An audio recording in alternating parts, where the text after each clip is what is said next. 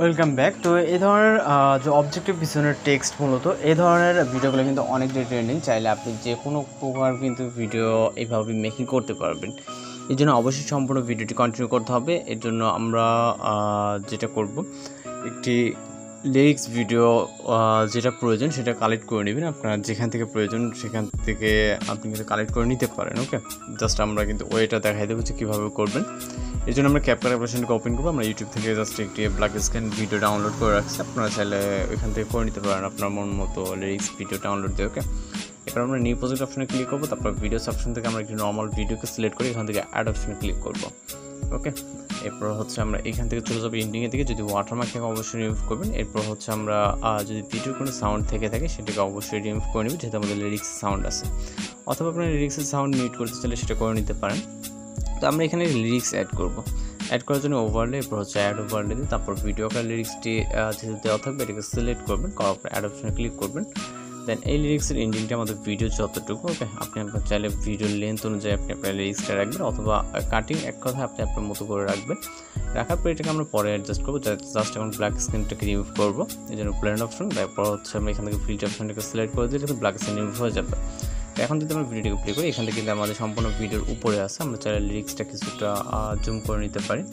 ওকে, কিছুটা জুম করলাম। তো এখন কিন্তু লিরিক্সটা ভিডিওর উপরে আছে। তো এটা ব্যাকগ্রাউন্ডে নেওয়ার জন্য তো ভিডিও এন্ডিংয়ে আসার পর এখান থেকে যে মূলত মূল ভিডিও লেয়ারটা এটার উপরে একটা ক্লিক করবো। ক্লিক করার পর আমরা রাইট সাইডে চলে যাবো। এখান থেকে আমরা কপি বলে একটা অপশন দেখতে পারবো, এর উপরে ক্লিক করবো। চাইলে এটাকে আমরা অ্যাড করে নিতে পারতাম, সেক্ষেত্রে একটু ঝামেলা হবে, যার কারণে মূলত যারা বিগিনার আছে তাদের ক্ষেত্রে একটু সমস্যা হবে। তো আমরা এই ওয়েটাই হচ্ছে পারফেক্ট মনে করতেছি, যার জন্য আপনাদেরকে এটা দেখাচ্ছি। তো আমরা এই যে সেকেন্ড যে লেয়ারটা আছে এইটার উপরে একটা ক্লিক করবো এবং রাইট সাইডে চলে যাবো। এখান থেকে আমরা ওভারলে বলে একটা অপশন দেখবো। ওকে, ওভারলেতে অ্যাড করলে কিন্তু আমাদের পারফেক্টলি ওভারলেতে অ্যাড হয়ে যাবে। কিন্তু ওইভাবে যদি আমরা অ্যাড ওভারলেতে গিয়ে অ্যাড করতাম সেক্ষেত্রে আমাদের জুম করতে একটু সমস্যা হতো। পারফেক্ট না করলে কিন্তু আমাদের ভিডিওটি কোয়ালিটি ততটা ভালো হতো না। কিন্তু এখন কিন্তু আমরা লিরিক্সটা দেখতে পাচ্ছি না, যেহেতু লিরিক্সটা মিডলে আছে। তো এখন আমরা যেটা করব, এই যে থার্ড যে লেয়ারটি আছে মূলত এটা, ওইটার প্রথমটা ডুপ্লিকেট, এটাতে ক্লিক করবো। ক্লিক করার পর এখান থেকে রাইট সাইডে চলে যাবে, এখান থেকে কাট আউট অপশন এবং এখান থেকে রিমুভ ব্যাকগ্রাউন্ডে ক্লিক করবো। তো আমাদের ব্যাকগ্রাউন্ডে রিমুভ হয়ে যাবে। এখানে পার্সেন্টেজ হবে, জাস্ট 1-2 মিনিট সময় লাগবে। এর মধ্যে কিন্তু ব্যাকগ্রাউন্ডে ফুললি রিমুভ হয়ে যাবে।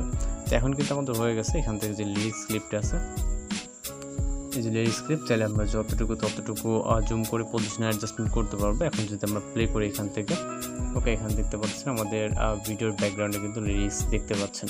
তো এইভাবে খুব সহজে কিন্তু যে কোনো নর্মাল একটি ভিডিওতে এই ধরনের লিরিক্স ব্যাকগ্রাউন্ডে অ্যাড করতে পারবেন। আপনাদেরকে বোঝার সুবিধার্থে আমি এখান থেকে দেখাই। এই যে দেখেন, এটা কিন্তু সম্পূর্ণ কিন্তু ব্যাকগ্রাউন্ডে আছে। তো এখন যেটা করবো, আমরা ভিডিওটিকে সেভ করতে চাইলে ভিডিও রেজুলেশন 1000 রাখবো। রাখার পর এক্সপোর্ট অপশনে ক্লিক করলে আমাদের ভিডিওটি কিন্তু লোডিংয়ে সেভ হয়ে যাবে। এছাড়া যদি আপনার কোথাও বুঝতে সমস্যা থাকে সেগুলো অবশ্যই কমেন্ট বক্সে জানাতে পারেন। তো আজকে এডিটিং টিউটোরিয়াল পর্যন্ত দেখা হচ্ছে নতুন কোনো ভিডিওতে। ভালো থাকবেন, সুস্থ থাকবেন।